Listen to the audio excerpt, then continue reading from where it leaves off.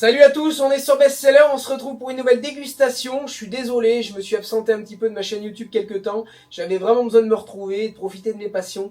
Maintenant que c'est chose faite, on va revenir un petit peu aux dégustations. Aujourd'hui, on va s'orienter du côté de Tel-Hermitage, avec une appellation magnifique qui est Hermitage, avec la maison Delas qui nous propose ce magnifique ligne de crête sur les nouveaux millésimes 2020. Alors déjà, j'avais goûté 2019, c'était quelque chose. Là, 2020, j'ai vraiment hâte de voir ce que ça donne, parce que pour moi, ça fait vraiment partie des meilleurs vins. On est vraiment sur le fruit, c'est vraiment quelque chose d'hyper concentré. Allez, c'est parti, on ouvre la bouteille.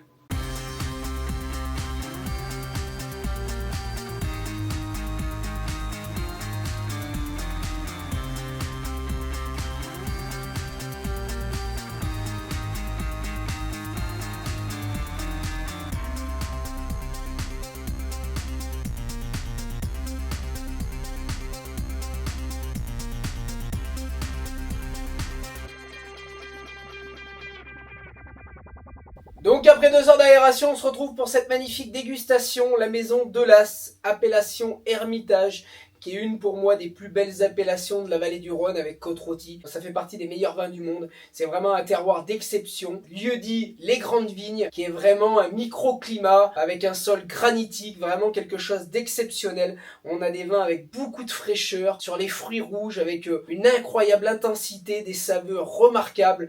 Normalement on ne devrait pas être déçu. Alors j'ai goûté plusieurs bouteilles, hein. J'ai goûté 18, 19 et 20. Le millésime 2018 était incroyable. J'ai goûté il y a pas longtemps avec un ami où je vous ai fait un petit short 2019. Alors malheureusement on a noyé le poisson au milieu de plusieurs autres vins, on lui a pas laissé le temps de s'aérer, mais j'ai trouvé vraiment le vin incroyable avec beaucoup de fraîcheur, beaucoup de fruits. Enfin bon bref, c'est vraiment un vin que j'ai adoré. Alors attention, hein, une bouteille comme ça, bien évidemment ça vaut un certain prix, hein, ça vaut plus de 100 balles. La maison Delas, c'est une maison un peu comme Guigal, que j'affectionne pas forcément, mais ils ont des grandes cuvées d'exception qui méritent quand même vraiment des points. Maintenant qu'on s'est bien évadé, on va parler un petit peu du vin. On est sur un 100% Syrah. Sur Ideal Wine, ce vin est noté 95 sur 100 et sur Vivino, il est noté 4,6 sur 5. Donc à la fin de cette vidéo, on va lui donner notre propre note. Ça va permettre de vous donner mon avis et puis de vous dire ce que j'en ai vraiment pensé, de ce que j'en ai vraiment ressenti.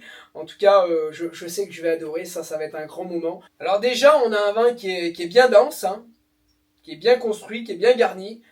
2019 était peut-être un petit peu plus léger, une belle couleur avec de beaux reflets violacés. Alors c'est dommage, hein, c'est un vin qui aurait mérité de se laisser vieillir quelques temps. Là on le boit un peu sur la jeunesse. Allez c'est parti, on met le premier nez. Oh là là. Au nez c'est beau déjà. Au nez c'est très très beau.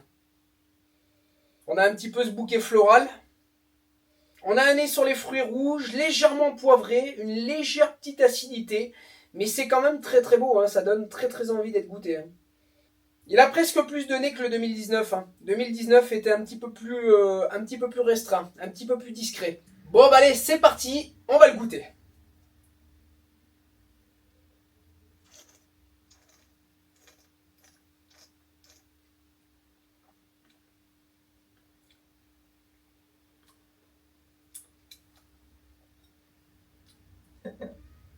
Ah oui, là c'est beau. Là c'est très très beau. Fou. Alors, au niveau de la saveur, ça monte très haut. J'ai fait une dégustation juste avant. Vous le reconnaîtrez sûrement parmi les vidéos par rapport à mon t-shirt parce que j'ai fait plusieurs vidéos d'affilée. Et par rapport au vin d'avant, en fait, je me rends compte que là, ça monte dans le haut de la bouche, ça monte au niveau du nez. La longueur est presque exceptionnelle. Le vin d'avant, j'avais trouvé qu'il était vraiment bien. Mais là, celui-là, on est quand même à un niveau bien au-dessus. Hein. On n'a pas du tout d'acidité, hein. L'équilibre est terriblement bel. Hein. C'est un vin qui est certes très jeune, mais en réalité, il est presque prêt à boire. Hein. Vraiment, hein. Beaucoup de fruits rouges. Hein.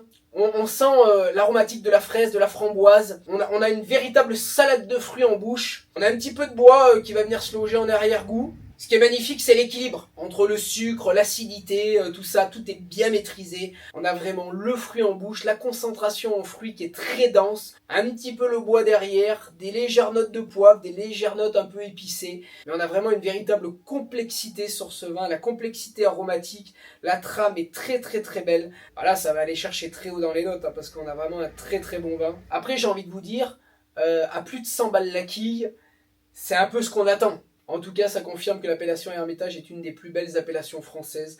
Là, quand je goûte ça, il n'y a aucun doute.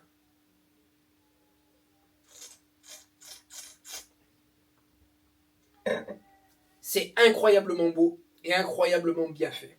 Puis on a vraiment ce côté soyeux en bouche, on n'a pas d'accroche, on n'a pas de tanin, c'est vraiment d'une souplesse, c'est vraiment très agréable. On n'a tellement pas de côté désagréable, on n'a tellement pas de défauts, on se rapproche tellement de la perfection.